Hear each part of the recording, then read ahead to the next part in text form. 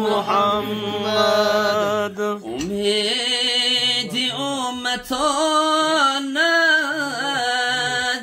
این جمله عصیانت از مدنی شفاعت یا مصطفی محمد از مدنی شفاعت یا مصطفی محمد بودی تو سی نبیریان دایم به چشم گیریان از بهر علی سیان یا مصطفی محمد از بهر علی سیان یا مصطفی محمد از گیریه غرق خونم از شوق در جنونم غمخوار و رهنمایم یا مصطفی محمد غمخوار و رهنمایم یا مصطفی محمد قربانی سوالت یا مصطفی محمد قربانی سوالت یا مصطفی محمد جانم فدای نامت یا مصطفی محمد جانم فدای نامت یا مصطفی محمد جانم فدای نامت یا مصطفی محمد اللهم صل و سلم در این فانی بقا را دوست دارم در این ظلمت ضیا را دوست دارم همه عاشقی زار بندگانند من آن بنده خدا را دوست دارم محمد مصطفی را دوست دارم ز اول تا به آخر از خلایق ز اول تا به آخر از خلایق محمد مصطفی را دوست دارم محمد مصطفی را دوست دارم ز آدم تا به خاتم از دل و جان رسول و انبیا را دوست دارم فدای یار و اصحابی رسولم که بودم مقتدا را دوست دارم محمد مصطفی را دوست دارم محمد مصطفی را دوست دارم ابوبکر که بودم با محمد ابوبکر که بودم با محمد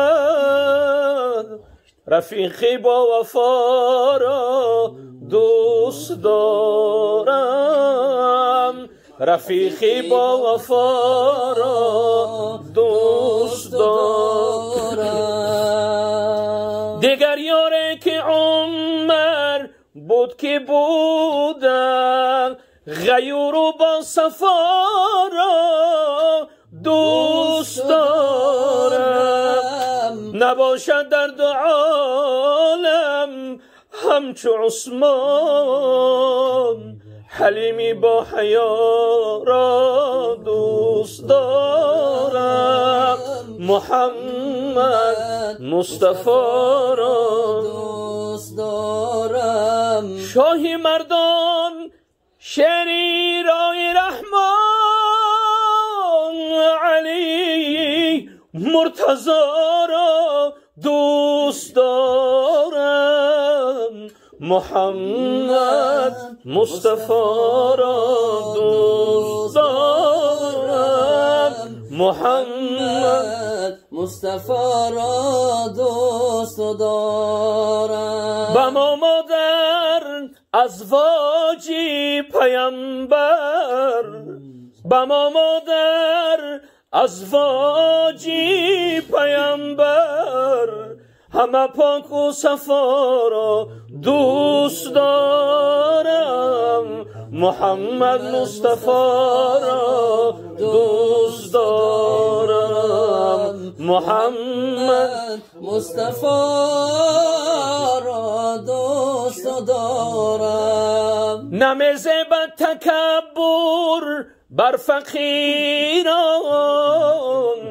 نمیزه به تکبر بر فقیران تواضعی گدا را دوست دارم محمد مصطفی را دوست دارم محمد مصطفی را دوست دارم دوای دردی بیمار نام الله دوای درد بیمار نام الله چو بیمار این دوا را دوست دارم چو بیمار این دوا را دوست دارم غنی به سخاوت خود فقیر است غنی به سخاوت خود فقیر است سخای اغنیا را دوست دارم محمد مصطفی را دوست دارم محمد مصطفی را دوست دارم در این فانی بقا را دوست دارم در این ظلمت ضیا را دوست دارم همه عاشقی زاری بندگانند من آن بنده خدا را دوست دارم محمد مصطفی را دوست دارم محمد مصطفی را دوست دارم اللهم صل وسلم وزد وبارك على رسول الله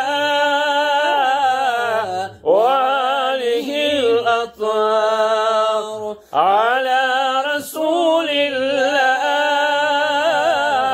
وآله الأطهار الله ای ابراهیم من تو را به خاطر خدا دوست می‌دارم و دوستی تو هستم. یعنی مقصد از این قصه ها چیه؟ از این قصه ها خلاصش همه که اگرچند که مانند حضرت ابوبکر صدیق ما که هرگز شده نمیتونیم یا مانند از همه صحابه که در اخیر ایمان آورد مانند هم شده نمیتونیم نه که همچه یک اظهار محبت همچه یک آشکار کردن دوستی ما شما باید حرکت کنیم عقب نشینی نکنیم. خداوند مهربان خیرات یک ما را قبول بگردانه که هر سال همین در همین محفل میشینیم و تعریف الله، تعریف پیامبر، تعریف دین الله میبینه که ساعتها فضا جوش میزنه. ایشان قاری قرائت کردن، زمزمه کردن از خود عطیره های دلنشین در باب محبت بود که من اشکار کردم که مصطفی را دوست دارم. باید محبت پیامبر صلی الله علیه و سلم چگونه باشه؟